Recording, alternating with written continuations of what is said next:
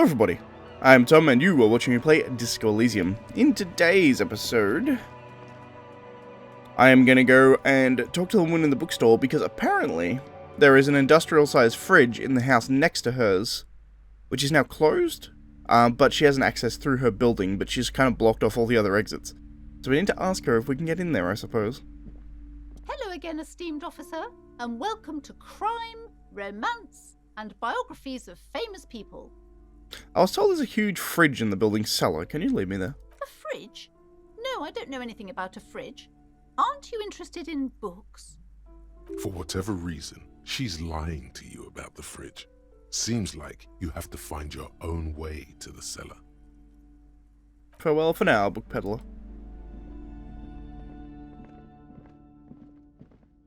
The curtains, tattered with age and covered in dust, hang before you, as if taunting you. Pull open the curtains. Just as you're about to pull apart the curtains, the petrified voice of the shop owner cries out once more. Sir, don't touch that. I told you it's off limits for the customers. Parapsychologically speaking, we're done if you decide to open them. I won't be held responsible for the consequences. It's too dangerous. She looks away, mumbling. Why is everyone always messing with the curtains? Why can't they just buy books like normal people?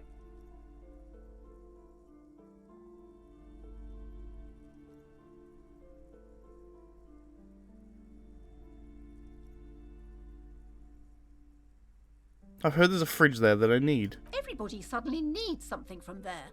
Leave the curtains be. It's what it wants. Man, this is different. I'm a police officer. I need to get in there. Why? It's not like anyone was killed there.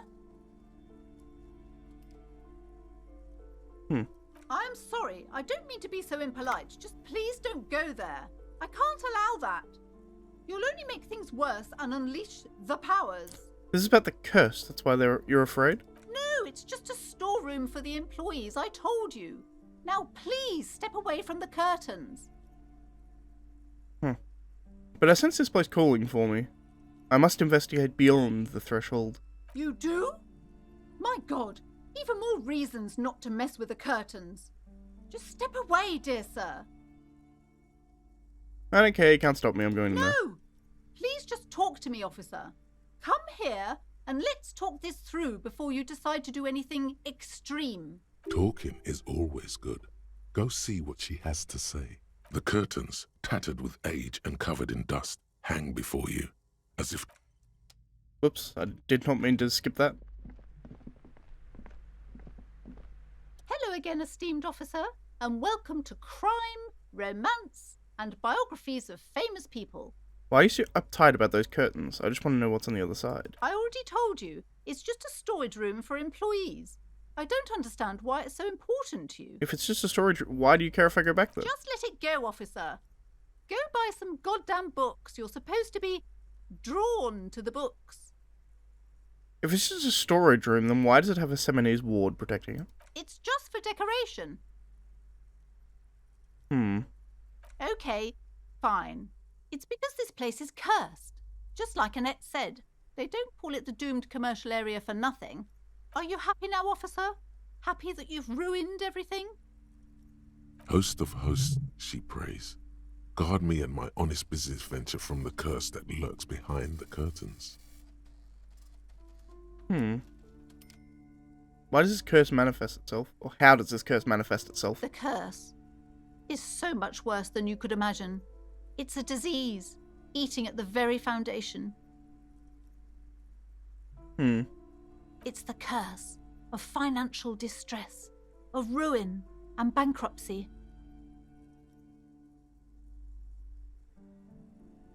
Annette mentioned that the previous tenants have experienced some financial troubles. It's not just that, officer. We're dealing with something supernatural here. It's the cacodemons feeding off bad business practices and disappointing income statements. Okay. There's something wrong with this building, I can tell you. Ever since I arrived, I've sensed an eerie, lingering presence, as if I was unwanted here. Why didn't you just tell me right away that you have a curse? It's not good to talk about the curse, not in detail. The negativism. It's dangerous. Talking about the void wraiths angers them. Mm-hmm. Wow. Void raves. You have new words. Thank you, conceptualization. Have you sought help from anybody? Yes, I've contacted numerous parapsychologists and even a pair of Simonese mediators. They provided me with the wards. The wards help to keep the doom at bay and protect us against the darkness that lies further in the building, even though now I fear it's not enough. Is your pendant part of the ward as well? Oh, this? No, it's a special Himian amulet, blessed by desert pygmy shamans, with a spell of compulsion. It's to compel people to buy books. Interesting. There are numerous spells cast throughout the store. I had the books anointed with a different inducement spell, for example. It's guaranteed to boost sales 15%. Desert pygmy shamans.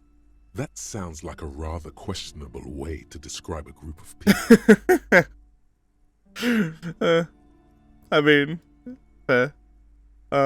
Would you like me to take the case? I could investigate, see if the curse is real. Most certainly not. I don't want anyone who's not familiar with the psychic arts to get involved in this mess. Stay away. Leave the spirits be, so they can return to their slumber. My liege, you know what this case calls for? A paradetective.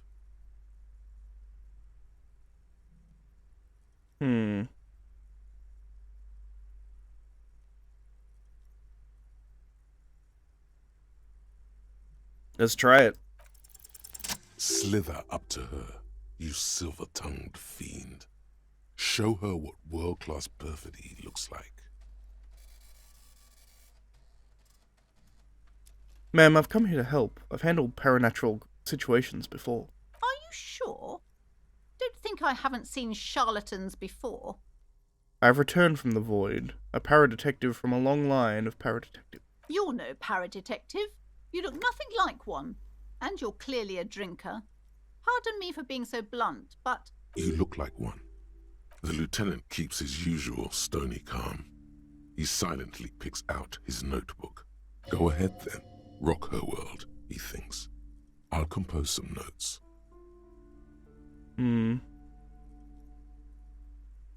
I admit I've had my share of drinks, but only because the spectral realm is parapsychologically taxing. How do you know all this?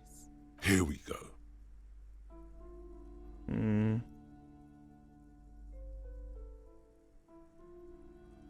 Though your wards brought me here in the first place. The Simonese blood also runs through me. You're part Simonese. Oh, it means our meeting couldn't have been mere chance. The hand of fate guides us. But I am not the only one at risk. I have to think of my daughter. You are certain you can help us? Keep us safe? I can't allow any collateral damage to hit us. No problem whatsoever. Your family is safe. The phantoms are no match for me. If you promise, good officer, then you might be our last hope. Do you swear it? On my honor. Thank you, sir. There's one more thing I haven't told you about yet. The entity. Do not act surprised. You know of these things, sire. Of course, the entity. For I have sensed its presence. You have? The entity takes the form of a woman, a witch probably.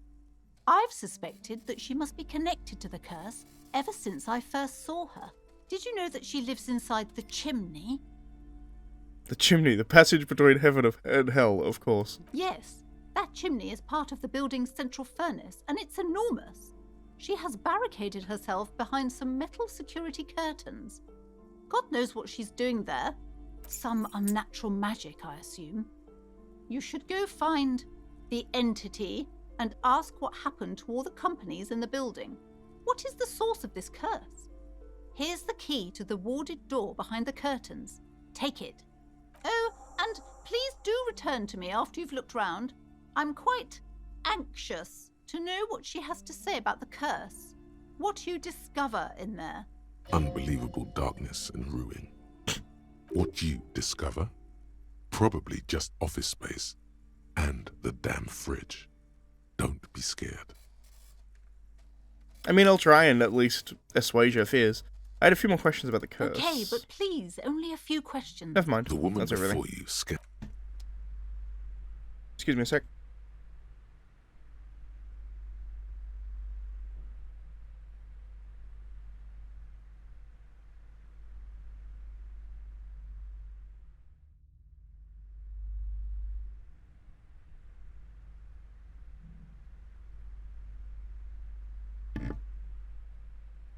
Alright, we're back. Sorry about that. I think I managed to mute before I, before I went in a sneezing fit. You see a set of tattered curtains blocking the way to another room. A strange cage-like trinket dangles from the curtains. Pull the curtains open. You see a dimly lit room full of dusty furniture and trash. A doorway stands in the back, covered in dozens of scary little Seminese wards, your shadow looming over it like an omen. Oh!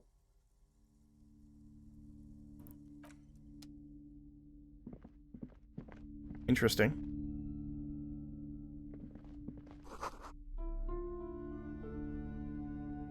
Silhouettes of hairdryers. And vaguely androgynous portraits of a man.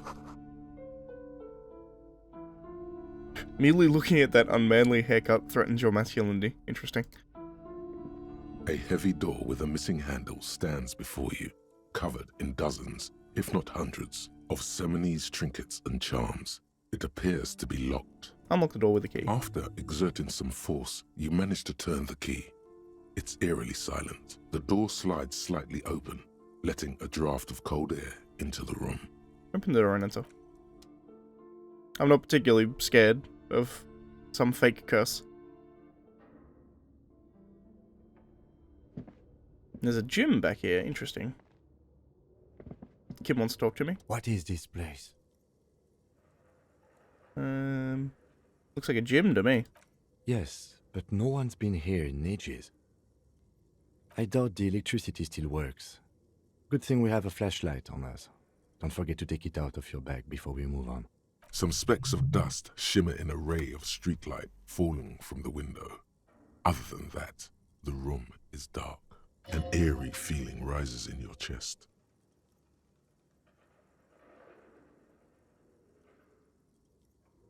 Let's just keep going. I'm sure it's just a regular abandoned house. Nothing mysterious here. Sounds good.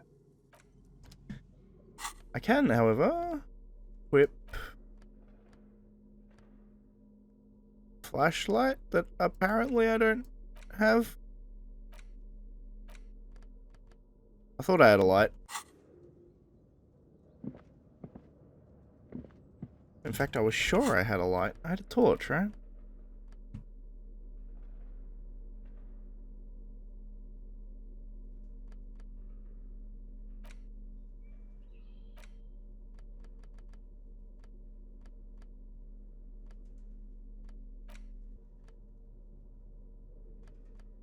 I guess not.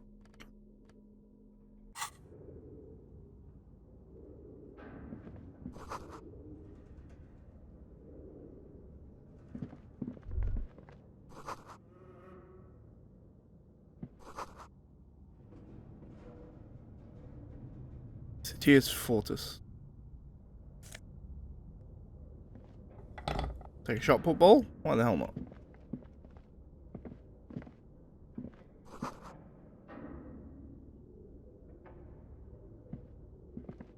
A barbell lies on the floor.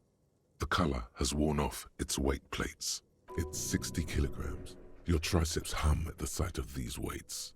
Show the world what kind of beast it's dealing with. Lift them. There are no collars on the barbell. This is a safety hazard. Look, Kim, it's a trap. There's no collars on the barbell. You're right. The weight may fall off. Better not touch it then. What kind of bastard would just remove the collars? Should be a felony. It would be a violation of EPIS safety regulations if the gym was still operating, but it isn't. No one's supposed to come here anymore. It's a fair point.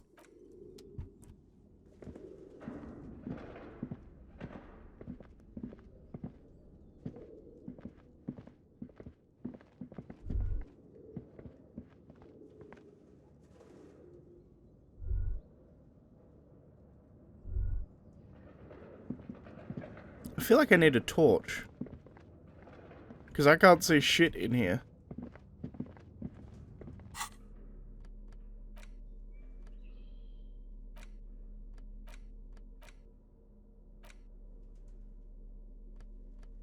Huh. I could have sworn I had a torch, but I guess we're coming back when I have one. I may actually cut and see if I can find one, and then I'll be back. Okay, we're back. So I found my flashlight.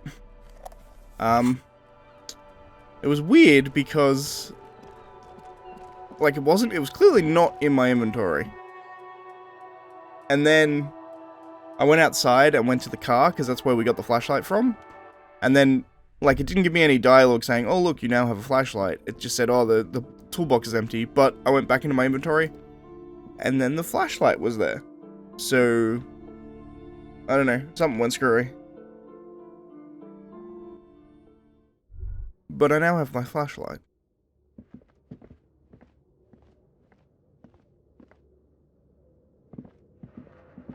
Oh, these are stairs.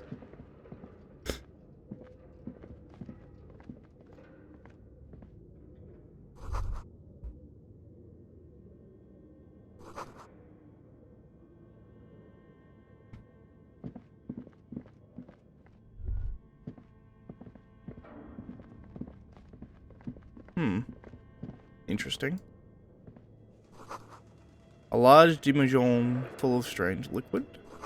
Wild animal stares at you in the dark, stuffed and mounted. Interesting. Taxidermists, perhaps? Airships' rotors covered in spider webs that remind you of blades.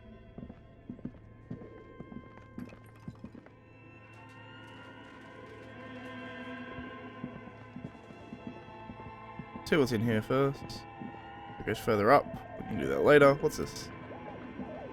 Your flashlight slides over an old green chalkboard covered in scribbles, sketches, and schemes like some ancient cave mural.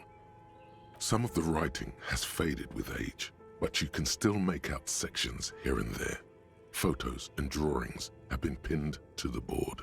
Inspect the drawings. These lithe, pointy-eared creatures appear to be different types of welkins. You make out autumnal candle welkins, casting wax-based magic. Translucent welkins, with organs shining under their skin, and even ether welkins, hailing from the vast emptiness of sidereal space. You should adopt one of those welkins as your persona.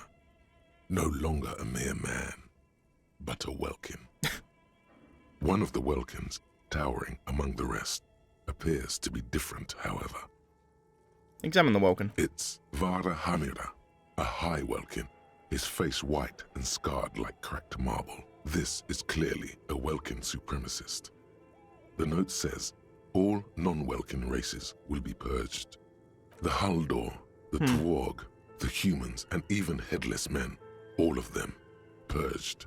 Imagine a world filled only with welkin, green welkin, dread welkin, and the high welkin to rule them all.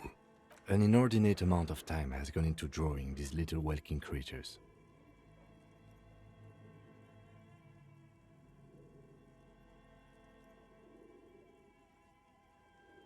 One of them is a welkin supremacist. Political commentary. That one has a great beard, too. It's true, he does. Look at that. It's pretty fantastic. Why would anyone spend so much time on this? Some people really like building a world, I think. Even if it's just for a game. Well, this has been educational. Let's move on from these welkins. Just look at those details. So much effort. Inspect the photos. The photo collage depicts barren, icy landscapes wrapped in perpetual night. You see permafrost and glacial landforms, dead trees grown in under the snow. Entire oceans have been frozen from shore to shore. There are pictures of settlements on dried-up riverbeds, abandoned in a storm. Animal corpses in the dark, carcasses and bones. You see primitive oil rigs built into glaciers, boreal dvorg, yurts under the snow, great mammoth-like beasts of burden.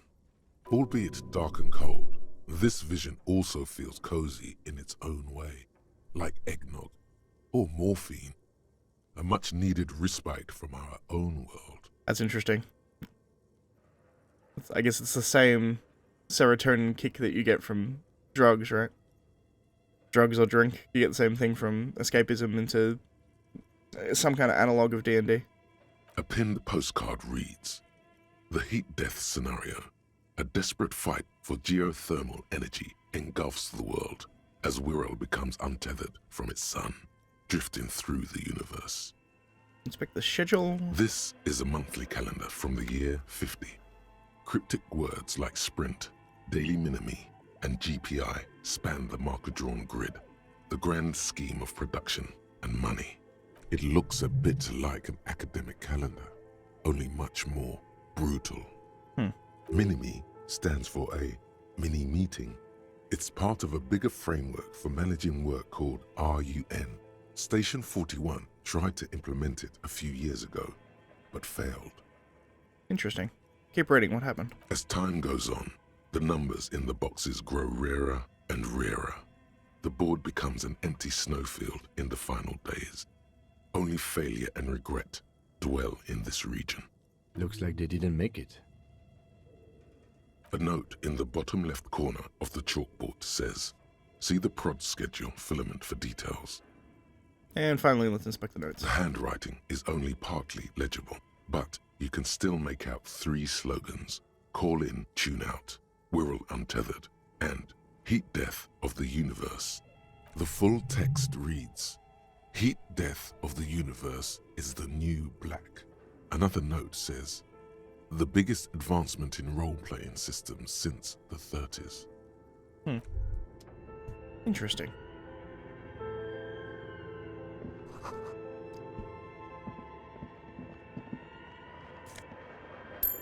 Cool, got some money. More money.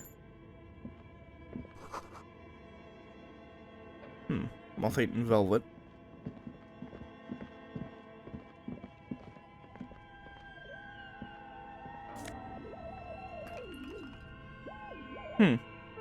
Filament memory.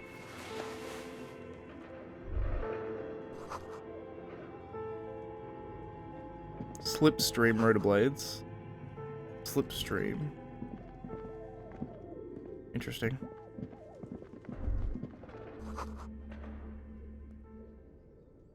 This is Emma's atelier. Interesting. I don't know what that means. The thing here? This appears to be some kind of machine with a cube-shaped heart and a wired It's a projector, right? The keyboard has a rectangular on-off button. A piece of paper still hangs from the printer. A radio computer. Oh, Just no. sitting here Okay. without anyone Interesting. inside.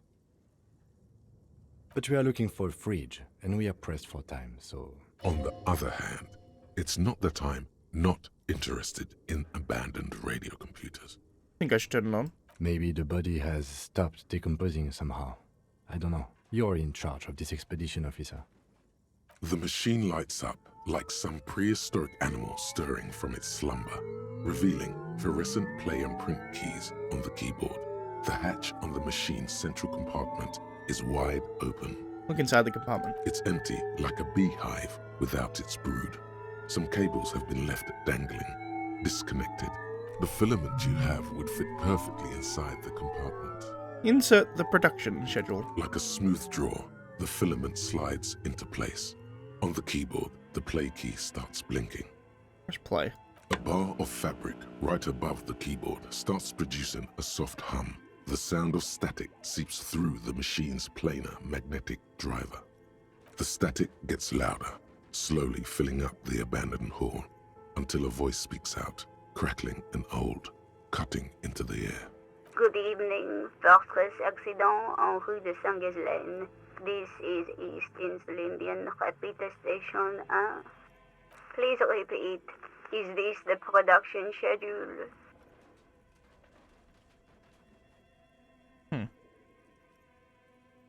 What's the production schedule? The filament you have inserted into the reader.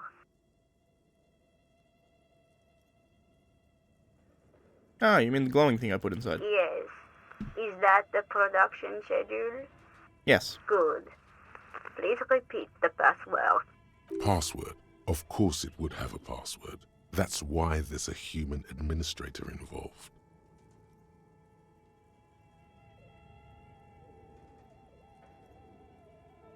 This is the police. Please open this thing. I am contractually obliged to protect the privacy of the filament holder for stress accident. Without filing a warrant with Lintel, I cannot give you access to this filament. I'm afraid we are not doing that, unless we want to wait for a month. Now, can you please repeat the password? I don't know the password. Can you give me a hint? No. A hint system is not part of the protocol for repeater stations. Received. I will register this login attempt. Don't worry. Passwords have a way of turning up sooner or later. Fortress accident. Is there anything else I can do for you today? That's all for now. Thank you, and goodbye. Tiles on the cube are still smoldering, casting the framework in a soft glow. Fluorescent play and print keys shine on the keyboard. Remove The production filament schedule slides out of its glowing nest. and leave. This old fireplace is covered in lines drawn in blue and red marker, the mesh spreading over the stone like blood vessels on alabaster skin. It looks ghostly and strangely ancient. The whole thing resembles Kadran mosaic tiles. Very pedantic. Hold on, how do I know what Kadean mosaic tiles are supposed to look like? History classes, students with their textbooks open, studying the roots of our civilization. Those aquarelle blue tiles looked beautiful in the sun. What am I looking at? Radio frequencies, it seems. UKV 123.6, UKV 123.7, UKV 123.9. Some written notes, too. Sparse and cryptic. Radio frequencies for what? Unclear. It looks like a cardiovascular system split into veins and capillaries. Very advanced.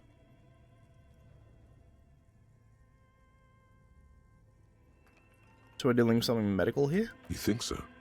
The web is comprised of radio stations, all lead back to one red heart, titled The Game Master Frequency. A note says, this one can listen in on any station it wants.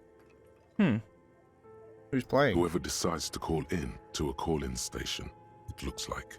A list of names under the stations suggests people across 6 Isolas would be playing. God damn. Muindi, Insulinda, Kotla, Grad, Samara, and even Ilmara. There's no way a little basement studio working here could pull anything like this off. My God. It's as if the less money they had, the more ambitious their project became. Why do you say that? The schedule. I know doom when I see it. The company was running out of funding. Yeah. I'm thinking the same thing, right? Nothing. It's just lines on marble. An echo from times long gone. No one has used the fireplace in ages. Interesting.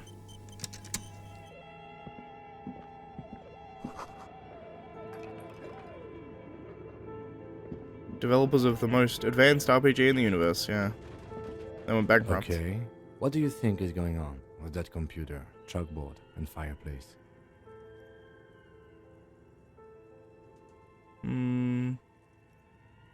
Just a failed business. The only question is, what the hell were they making? Yes, that is the question. It looks like one of those popular pen and paper role-playing games. Only these people were trying to automate it, make it work on radio computers. Utter madness, he thinks, as a compliment.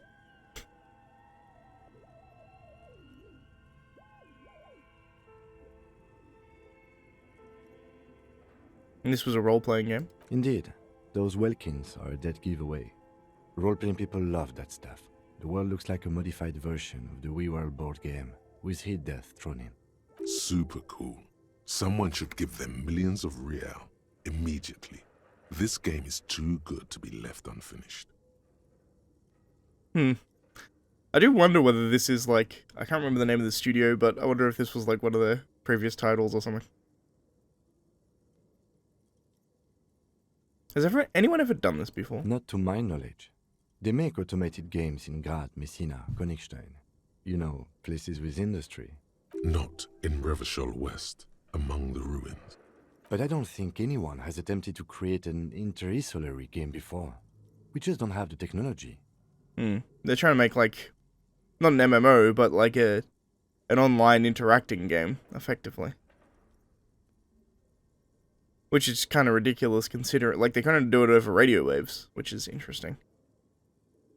How are they planning on to do it? Through call-in stations. None of the players have to be physically present. Anyone in the world can participate in the game, as long as they have a two-way radio. Then there's the game master frequency that listens in on the smaller call-in stations. I think that was supposed to coordinate the stories, functioning as a master of ceremonies of sorts. Anything happened to the company? No idea. They stopped filling out the schedule on the chalkboard. Well, Indeed, it's ambitious and untethered from reality, but... do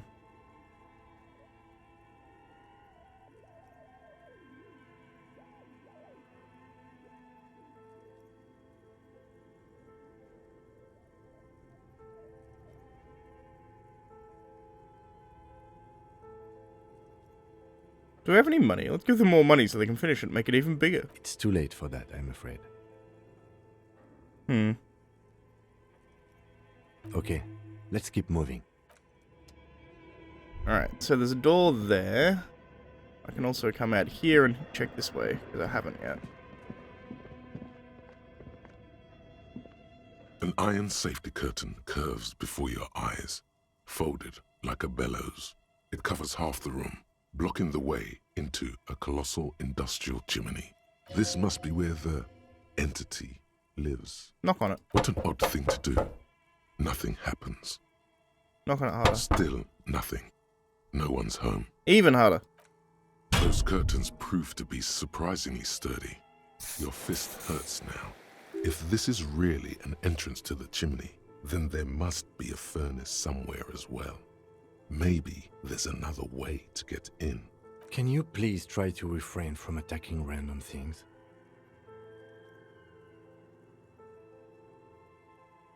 It's not random, this is significant. I want to see what's on the other side. Why do you think there's something on the other side, necessarily?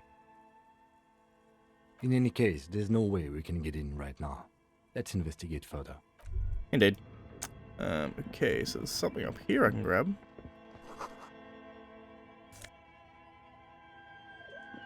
Postcard.